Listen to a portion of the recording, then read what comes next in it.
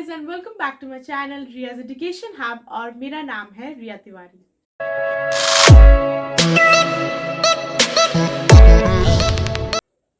आज हम अपना जो ज्योग्राफी का जो चैप्टर है वो सॉइल रिसोर्सेज वो हम कंटिन्यू करने वाले हैं। मैंने पिछले सेशन में टाइप्स ऑफ सॉइल पढ़ा दिया था, फॉर्मेशंस भी पढ़ा दिया था। इस सेशन में हम कवर करेंगे soil erosion and soil conservation. By what methods can we conserve soil.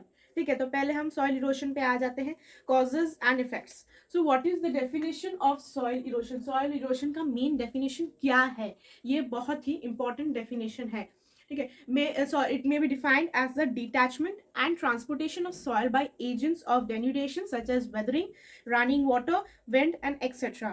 जो डिटैचमेंट और जो ट्रांसपोर्टेशन ऑफ सॉइल मतलब जब बारिश होती है या फिर वेदरिंग, जो वेदरिंग बोलते हैं, या फिर रनिंग वाटर, बारिश जब हो जाती है तब जो वाटर जो बहती है, जो वो सॉइल का जो ऊपरी लेयर होता है वो भी उसको बहा के लेके जाती है, तो उसे हम सॉइल इरोशन कहते हैं। And many times when the wind is very strong then also soil erosion occurs.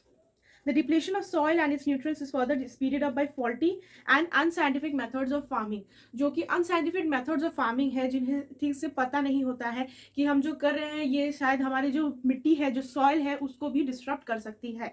Soil erosion does occurs, ये भी important है। When does soil erosion occurs? When the rate of removal of soil particles and soil nutrients is in excess of the rate of soil formation। जब removal ज़्यादा होती है formation से, तब soil erosion occur होता है। Then what are the types of soil. ठीक है, अब सॉइल इरोशन के भी टाइप्स होते हैं। सॉइल इरोशन पहला आता है बाय रनिंग वाटर। इसमें भी दो टाइप के आते हैं, sheet erosion and gully erosion. What are these terms, let's go. Soil erosion by running water. Soil erosion by running is of two types as I told you, sheet erosion and gully erosion. Sheet erosion, when there is torrential downpour in hilly regions such as Himalayas or the hills of northeast India and Nilgiris, the steep slopes stimulate the erosive power of the rain, causing sheet erosion over vast stretches of land. On the plains which are more or less level, the speed is slower and erosion is comparatively much less। ठीक है, अब जो northern part में जो Himalayan regions है, जो इस side में जो हिमालयन रीजन है, as we can see it's going down, it's steep slopes. ठीक है, हिमालयस और नीलगिरीज में स्टीप स्लोप्स होते हैं, तो जब हम देखते हैं, जब भी हम नीचे उतरते हैं तो जो कि ग्रेविटी है वो भी हमें पुश करती है।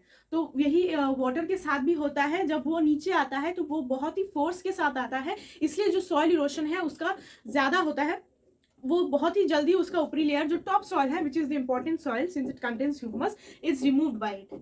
ठीक है, और प्लेन्स में क्या है, प्लेन्स में मोर और लेस प्लेन्स में लेवल होता है, इसीलिए उतना ज्यादा प्रभाव नहीं पड़ता है। लेकिन जब ऊपर से नीचे आता है तो एक ग्रेविटी भी पुश करती है, फोर्स ऑफ ग्रेविटी भी है, इसीलिए सॉइल इरोशन ज्यादा होता है। However, when rivers overflow their banks and floods in the surrounding plain, as in the case of Brahmaputra, Kosi, Chambal, Damodar and Ganga, the damage done to the soil is tremendous, resulting in rugged topography. In fact, heavy rainfall is more destructive than the same amount of precipitation spread over a longer period of time। ठीक है, धीरे धीरे बारिश होने से अलग बात होती है, लेकिन अगर हैवी रेनफॉल हो रही है, साथ में विंड्स भी बहुत ट्रेमेंडस है, बहुत स्ट्रॉन्ग है, तो सॉइल इरोशन का ज़्यादा होने की संभावना है। This was about sheet erosion. Now I will talk about gully erosion. Gully erosion takes place when water runs down or gushes in distinct paths, forming hills which deepens to form ravines or gullies leading down to the bedrock। जो बहुत ही गड्ढे हो जाते हैं बीच बीच में, उसे गली erosion बोलते हैं।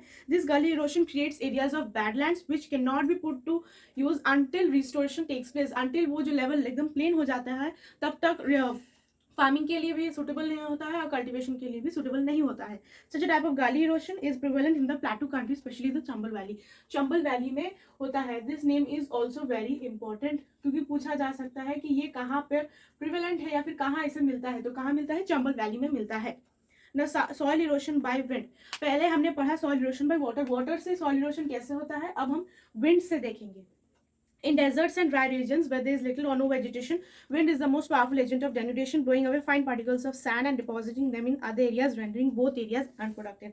ठीक है, ये mainly deserts and dry areas में होता है, जो कि राजस्थान या फिर गुजरात उस एरिया में ये होता है, क्योंकि वहाँ first of all there plain lands, okay, and there is no, मतलब ज़्यादा वेजिटेशन नहीं होती है या फिर ज़्यादा पॉपुलेशन भी वहाँ नहीं है, जिसकी वजह से खाली एरियाज होते हैं। तो जब जो विंड है वो पूरी अपनी फोर्स के साथ बहती है, तो कोई ऑब्स्ट्रक्शन नहीं होता है उसे रोकने का। ठीक है, तो अब वो क्या करती है, एक एरिया से जो सॉइल है वो उसे हवा के साथ ले जाके दूसरे एरिया में डिपॉजिट कर रही है, और जब वो दूसरे एरिया पे डिपॉजिट हो रही है तो वो सॉइल अलग होता है और जहाँ से वो आया है वो भी अलग होता है, सो वो दोनों एरियाज को अनप्रोडक्टिव कर देती है।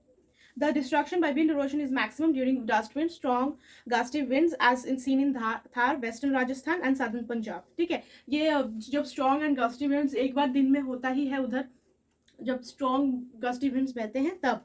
Wind erosion has led to the advancement of desert to the east. ठीक है, अब जब जैसे जैसे हवा बह रही है वैसे वैसे वो इधर आ रहा है, तो ईस्ट की तरफ भी डेजर्ट एरियाज बढ़ते जा रहे हैं।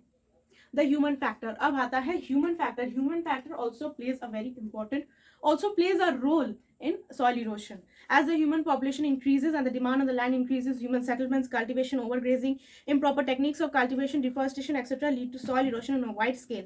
In the western part of the Western Ghats, Chotanagpur Plateau, Shivalik Hills, Northeast Hills, Telangana Plateau and Malwa Plateau region। ठीक है, जैसे हमें पता है कि पॉपुलेशन बहुत ही तेजी से बढ़ रही है, तो जैसे अगर पॉपुलेशन बढ़ रही है तो हमें और भी जगह चाहिए जहां हम कल्टीवेशन कर सकते, फार्मिंग हो सके, जिससे कि फूड प्रोवाइड हो सके। ठीक है, ये हो गया फर्स्ट पॉइंट। सेकंड पॉइंट है हमें जगह चाहिए रहने के लिए।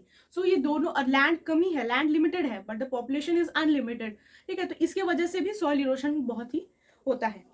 Now we talked about types of soil erosion, main causes क्या है। अब कॉन्सिक्वेंसेज ऑफ सॉइल इरोशन, क्या इफेक्ट होता है सॉइल इरोशन के होने से। अब ये भी 3 तरह में होता है, हिल्स में क्या होता है, डेजर्ट्स में क्या होता है, और सेमी एरिड रीजन्स में क्या होता है। Soil erosion, which is one of the most serious man-made disasters, leaves scars on landscapes which become increasingly difficult to recognize and replenish. The intensity of the problem of soil erosion can be conveyed to the consequences it has left behind. Now, hills. Overgrazing, deforestation, improper methods of cultivation, and road construction in the hills have led to loosening of soil and extensive gulling, landscapes, flash floods. Sheet erosion is another severe problem which leads to increased siltation in reservoir dams and rivers, thereby choking the flow to cause floods. जब soil erosion होता है तो obviously वो जाके कहीं एक जगह पर डिपॉजिट होगा, जिससे की वजह से वहां पर एक बैरियर का जैसे स्टैंड हो जाता है, तो इससे चोकिंग ऑफ फ्लड्स भी हो सकता है। Improper methods of farming, poor management of agriculture, land and forests in the northeastern hill state result in landslide, flood and sheet erosion, as I told you earlier in the sheet erosion part. In the Western Ghats, also sheet erosion, gully erosion and stream bank erosion have led permanent scars on land due to clear of forests for hydroelectric projects, townships, coffee और tea plantation, roads and bridges. ठीक है, ये होता है hills में क्या क्या होता है, क्या क्योंकि होता है overgrazing, improper methods of cultivation. ठीक है, increase of population also. Then in deserts, in arid zones, high velocity winds carry loose sand, pebbles, gravels and weathered rock materials and tend to settle them down as sand dunes। ठीक है, sand dunes कैसा होता है, ऐसे होता है, इसे sand dunes बोलते हैं। ठीक है, तो अब ये जो था क्या बोल, loose pebbles, loose sand, pebbles, gravels and weathered rock materials, तो ये जाके एक जगह पर डिपॉजिट हो जाते हैं और सैंड ड्यून्स बन जाते हैं। Loss of invaluable topsoil due to intensive farming over years and negligence of soil protection factor leads to unproductivity which results in poor crop yield. Loss of invaluable topsoil, ठीक है, जो हमने पहले भी पढ़ा है कि topsoil important होता है, लेकिन वो जब वो उड़ जाता है तो उसे फॉर्म होने में भी टाइम लगता है। And due to intensive farming over years and negligence of soil erosion, ठीक है, ये नेग्लेक्ट होता गया था ये पार्ट। सॉइल इरोशन क्या है, सॉइल इरोशन को क्या फर्क पड़ता है। ठीक है, सॉइल कंजर्वेशन के मेजर्स नहीं आए थे, तब इसे नेग्लेक्ट किया जाता था, इसीलिए जो कि ये रिजल्ट करता था पुअर क्रॉप यील्ड्स में, फसल नहीं अच्छी उगती थी। अब semi arid regions, in semi arid regions where cattle rearing is a major economic activity, overgrazing of sheep and goats lead to removal of vegetation cover and pulverization of soil which is easily washed away in heavy shower, which again is a characteristic of these areas। ठीक है, अब semi arid regions में cattle rearing is the main occupation. ठीक है, अब जब ये एक मेन ऑक्यूपेशन है तो ये होना जरूरी है, नहीं तो इकोनॉमी कहाँ से आएगी। इसलिए यहाँ पर overgrazing of sheep and cattle और goat leads to removal of vegetation crop. ठीक है, अब वो तो घास खाते हैं, घास खाते खाते क्या ऊपर का जो टॉप सॉइल है वो भी उड़ जाता है, तो ये भी सॉइल इरोशन अकर होता है यहाँ पर भी। This has led to ravines in MP, Andhra Pradesh, Gujarat, Maharashtra. Okay, the coast of Punjab and Haryana is due to loss of soil nutrients and moisture as a result of deforestation and overgrazing. Repercussion of soil erosion is being alarmingly felt because of the growth of population and demand for food. As the population is also increasing, so demand for food is also increasing. अब हमने soil erosion पढ़ लिया, causes effects सब पढ़ लिए, consequences भी पढ़ लिए। अब हम इसे कंजर्व कैसे करेंगे, इसे कैसे बचाएंगे। ठीक है, in view of the fact that every year some 2 billion hectares of rich topsoil, 2 billion of hectares of rich topsoil is being washed in the oceans, it has been exceedingly necessary to conserve. Okay, so what is soil conservation? Soil conservation refers to the steps taken to protect the soil from erosion. Farmers are initiated into main soil conservation methods as appropriate to their farmlands. Okay, so soil conservation का aim क्या है? At prevention of soil erosion as well as reclamation of soil that has been damaged by natural phenomena और due to exploitation and impoverishment over centuries. So अब ये दो तरह के measures हैं, एक एग्रोनॉमिक मेजर्स होगा और दूसरा होगा मैकेनिकल मेजर्स, ठीक है। Agronomical we can see as the name suggest, agro means related to agriculture, ठीक है। दो है, एक एग्रोनॉमिक मेजर्स है। पहले हम एग्रोनॉमिक मेजर्स पढ़ लेते हैं। Soil conservationist works to ensure the wise use of the soil by maintaining a high level of nutrients and organic matter in cultivated soils. Farmers add organic matter, okay, farmers add organic matter, grow leguminous plants, add fertilizers and rotate crops so that leaching is prevented, ठीक है। Rotate crops मतलब हर season में अलग अलग तरह के crops उगाए जाएंगे जिससे कि सॉइल भी फर्टाइल होगा और ऑर्गेनिक मैटर यूज किया जाएगा, हार्मफुल पेस्टिसाइड्स या फिर फर्टिलाइजर्स यूज नहीं किए जाएंगे। Strip cropping and terrace farming are also practice as their improve methods of farming. Then primitive method of slash and burn or jooming has been legally banned and replaced by crop rotation or multiple cropping. Slash and burn क्या? पहले जब एक land पर कोई एक crop उगाई जाती थी तो उसके बाद जब वो फसल काट दी जाती थी उसके बाद उस लैंड को बर्न कर दिया जाता था, तो इससे कि वो लैंड डिस्ट्रॉय हो जाता है। लेकिन अब वो लीगली बैन कर दिया है, रोटेशन ऑफ क्रॉप्स कर दिया गया है जिससे कि हर अलग अलग सीजन में अलग अलग तरह के क्रॉप्स उगेंगे जिससे कि सॉइल को भी कोई हार्म नहीं होगा। Sheet erosion or removal of a whole top layer of soil is counterbalanced by growing more trees and grass to bind the soil, ठीक है। सॉइल को एक तरह से बांधने के लिए more trees are grown, grasses are also grown. Waterlogged areas and saline soils are reclaimed and made fit for cultivation. Reclamation of ravine areas in India, in central India is also underway. Then comes 6-point grazing lands that have been overgrazed also suffer from erosion. जो grazing lands है जिसको overgraze कर दिया है cattle rearing, मतलब जो cattle farms है या फिर जो ओवरग्रेजिंग शिप से ओवरग्रेजिंग हुई है, गुड से हुई है, तो उसे farmers conserve grazing lands by limiting the time that the herds graze the land. वो टाइम को लिमिटेड कर दिया गया है। Forest lands also must be protected from erosion. In some cases, foresters leave unusable branches and other parts of trees on the forest floor to add organic matter to the soil. They also develop large, healthy groups of trees whose roots protect the soil by holding it in place against wind. Indiscriminate cutting of forests is banned by law. Afforestation helps conserve the soil, ठीक है। Indiscriminate cutting of forest is also band by law. बेकार में trees को नहीं काटना है, afforestation को बढ़ाना है, ये सारे मेजर्स है जहाँ की फॉरेस्ट लैंड भी कंजर्व कर सकते हैं। Planting of shelter belts of trees perpendicular to the direction of winds checks migration और sand dunes from the third shelter belts have been able to prevent coastal erosion. So planting of shelter beds of trees perpendicular to the destruction of direction of winds, ठीक है। Shelter belts of trees plant कर दिए गए हैं to obstruct the wind so that sand dunes are not able to form.